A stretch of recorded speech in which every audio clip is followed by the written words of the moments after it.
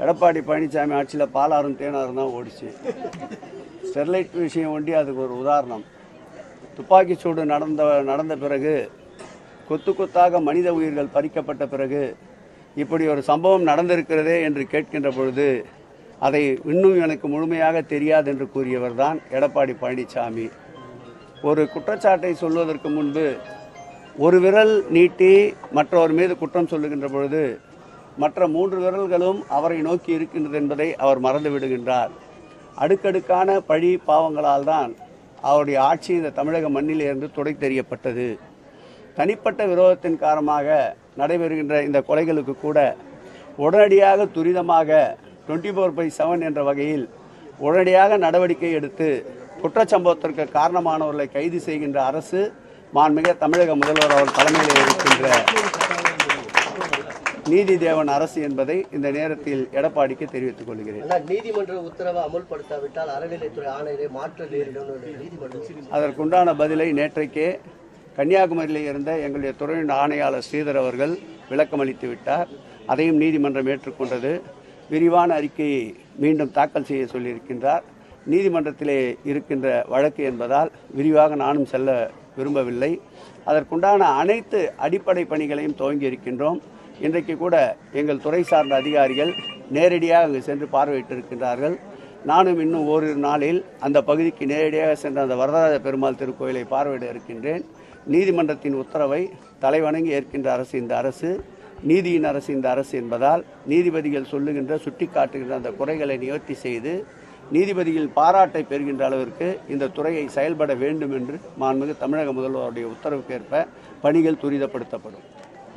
மக்களின் நலன் கருதி மக்களுடைய அன்றாட தேவைகளை அவரவர்கள் வசிக்கின்ற இடத்திலேயே கொண்டு போய் சேர்க்க வேண்டும் என்ற உத்தரவுக்கிணங்க பல்வேறு மக்கள் நல திட்டங்களை புதிய பாதை அமைத்து புதிய முயற்சியோடு மாண்புமிகு தமிழக முதல்வருடைய நல் வழிகாட்டுதல் படி நாடாளுமன்ற உறுப்பினர் நிதியாகட்டும், சட்டப்பேரவை உறுப்பினர் நிதியாகட்டும், மாநகராட்சி மாமன்ற உறுப்பினர் நிதியாகட்டும், பெருநகர சென்னை மாநகராட்சி மேயருடைய நிதியாகட்டும், இந்த நிதியிலே கட்டப்படுகின்ற இந்த நிதி பயன்படுத்துகின்ற அந்த திட்டங்கள் மக்கள் நலன் சார்ந்தவைகளாக இருக்க வேண்டும் என்ற மாண்புமிகு தமிழக முதலமைச்சர் அவர்களுடைய உத்தரவுக்கு இணங்க இன்றைக்கு 3 இடங்களில் 4 நம்முடைய சட்டப்பேரவை உறுப்பினர் அவர்களுடைய மேம்பாட்டு நிதியிலிருந்து சிந்தாமணி கூட்டுறவு நியாய விலைக் கடைகள் என்று சுமார்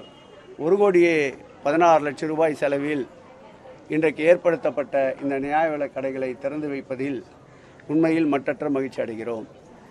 அதுவும் இந்த நியாய விலைக் கடைகள் மக்களுடைய பயன்படுத்துகின்ற அந்த மக்களுடைய இருப்பிடத்திற்கும் அவர்கள் சென்று பெற வேண்டிய உணவுப் பொருட்களினுடைய அந்த தூரம் என்பது அதிகமாக இருப்பதை உணர்ந்து அவை ஏற்கனவே செயல்பட்ட இடங்கள் பல நியாய விலைக் கடைகள் வாடகை கட்டிடத்திலும், பல நியாய விலைக் கடைகள் 40 ஆண்டுகள் 50 ஆண்டுகளுக்கு மேல் கட்டப்பட்டு சிதிலமடைந்த சூழ்நிலை இருந்ததை மாற்றி அமைத்து அரசினுடைய இடங்கள் எங்கெல்லாம் இருக்கிறது என்பதை தேர்வு செய்து ஆய்வு செய்து அப்படி கட்டப்படுகின்ற அந்த கட்டிடங்கள் அந்த மக்களுக்கு பயனளிக்கின்ற வகையில் அதற்கும் ஒரு தனியாக ஆய்வு செய்து இன்றைக்கு அந்த மக்களுடைய நீண்ட தூர பயணத்தை தவிர்த்து தாங்கள் வசிக்கின்ற பகுதியிலே உணவுப் பொருட்களை கொண்டு வந்து சேர்ப்பதற்குண்டான துரித நடவடிக்கையாக கட்டி முடிக்கப்பட்ட இந்த 4 நியாய விலைக் கடைகளை சட்டமன்ற உறுப்பினர் பயன்பாட்டு நிதியை பயன்படுத்தியதற்காக சட்டப்பேரவை உறுப்பினர் அன்பிற்கினிய சிவகுமார் என்ற தாயகம் கவி அவர்களுக்கு உண்மையிலேயே மாவட்ட கழக செயலாளர், இந்த மாவட்டத்துடைய அமைச்சர் என்ற வகையில் என்னுடைய நன்றிதலையும் வாழ்த்துதலையும் பாராட்டுதலையும் தெரிவித்துக் கொள்கிறேன்.